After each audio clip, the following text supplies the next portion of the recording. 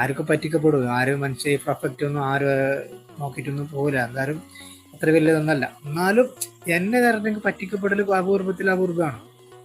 ഞാൻ ആരോട് തോക്കാൻ നിൽക്കല്ല. അപ്പം അന്ന് ഇങ്ങനെ ആക്കിയെന്ന് പറയുമ്പോഴേക്കും എനിക്ക് നല്ലോണം വിഷമം. അങ്ങനെ എന്തായിരിക്കും ഞാൻ അവിടെ കാര്യം വിശദമായിട്ട് പറയാം. അങ്ങനെ എന്തായിരിക്കും ഞാൻ അവിടെ പോയി പാപ്പൻപെട്ടിയിലേക്ക് പോയി.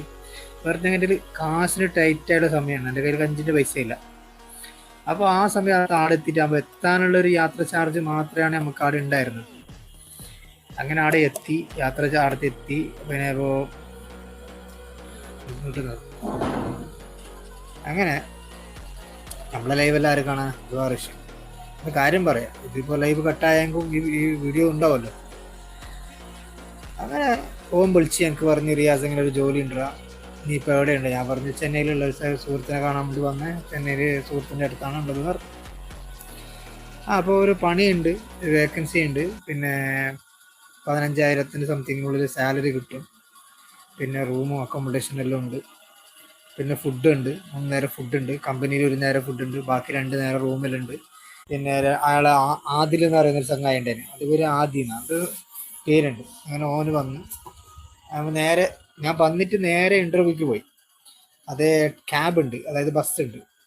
ആ ബസ്സിൽ തന്നെ നേരെ സ്ഥലത്തേക്ക് എത്തി, അവരെ മീറ്റ് ചെയ്ത്, ഫോൺ വിളിച്ചാൽ അവർ മീറ്റ് ചെയ്ത്, അവരെ കോൺടാക്ട് ചെയ്ത് വിഷ് ചെയ്ത് നോക്കിയിട്ട് അവർ നേരെ ഈ കമ്പനിയിലെ വെയർ ഹൗസിലേക്ക് പോയി. ഈ ബ്ലിങ്കറ്റിൻ്റെ വെയർ ഹൗസാണ്, കമ്പനിയിലാണ് ജോലി. അങ്ങനെ പോയിട്ട് നോക്കി അവരെ കുറച്ച് നാടകം ചോദ്യങ്ങൾ ചോദിച്ച് സാലറിയുടെ അങ്ങനെ ഇങ്ങനെയൊക്കെ ചോദ്യം മുന്നേ വർക്ക് ചെയ്തിട്ട് ഞാൻ പറഞ്ഞ് യാതൊരു അറിഞ്ഞിട്ട് ഇതാക്കുന്നതാണ് ഏറ്റവും നല്ലത്. അപ്പോൾ ഈ കാണുന്ന പോസ്റ്ററും ഇതാക്കുന്നതൊന്നും എല്ലാം 100% ജെനുവനല്ല. അപ്പോൾ ഇത് പഠിച്ചത് കൊണ്ട് ഞാൻ പറയുന്നത്. അപ്പോൾ അതുകൊണ്ട് ഇതിൽ കളിക്കുന്ന ബ്ലണ്ടർമാരാണ്. ഈ ബ്ലണ്ടർമാർ എന്ന് പറയുന്നത് ഈ കമ്പനി ബ്ലിങ്കറ്റ് എന്ന് പറയുന്നത്, ഈ ബാക്കിലുള്ള ഈ ബ്ലിങ്കറ്റ് എന്ന് പറയുന്ന കമ്പനി ഈ കോൺട്രാക്ട് കൊടുക്കും ഈ ബ്ലണ്ടർമാർക്ക്. അതായത് കോൺട്രാക്ട് കൊടുക്കും, ഇത്ര ആൾക്കാരെ നമുക്ക് കൊണ്ടുവരണം, ഒരാൾക്ക് 1000 രൂപ വെച്ചിട്ട് 2000 രൂപ വെച്ചിട്ട് നിങ്ങൾക്ക് തരാം.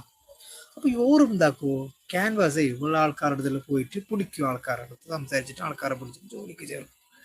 അങ്ങനെ കാശ് വന്നിട്ടാകുമ്പോൾ 3500 രൂപൻ്റെ അടുത്തോളം എൻ്റെ കാശ്, ഞാൻ എത്ര ദിവസം പണിയെടുത്തിട്ട് 5,064 രൂപ, 5,064 രൂപ നമുക്ക് അക്കൗണ്ടിൽ കയറി. ആ ഒരു പേ ഔട്ട് നമുക്ക് വന്നു. ആപ്പിൽ നോക്കിയാൽ ഇത് കാണാൻ പറ്റും.